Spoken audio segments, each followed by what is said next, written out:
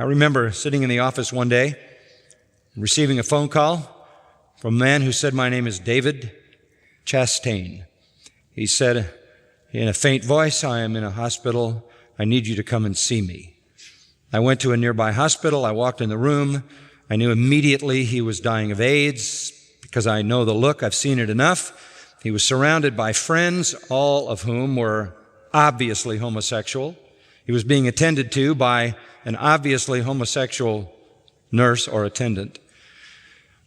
And I came up to his bed,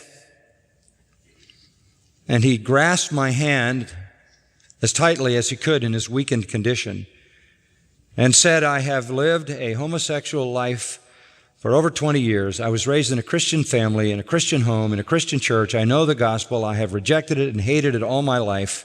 Now I'm going to die from AIDS, and I do not want to go to hell. Can you help me?"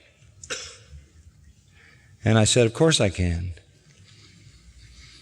And I began to give him the gospel, and the room was empty in 10 seconds. I'm telling you, 10 seconds, if that. And he opened his heart to Christ. I prayed a long prayer, and I asked God to be gracious to him and to save him while he clutched my hand, after which I said, "If you desire to pray, this is your opportunity to ask for forgiveness."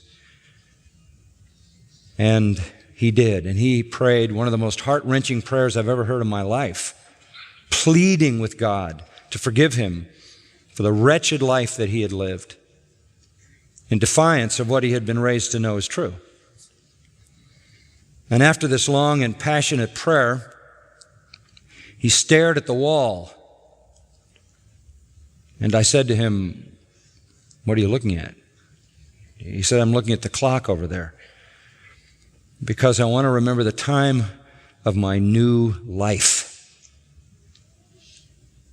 And he was overwhelmed with a sense of joy. He said, "I have a lot to make up for in a very little time." I took some books down to him, which he read as rapidly as he could. He gave testimony of his faith in Christ, and I think, if I remember right, it was about 5 days, and he was gone.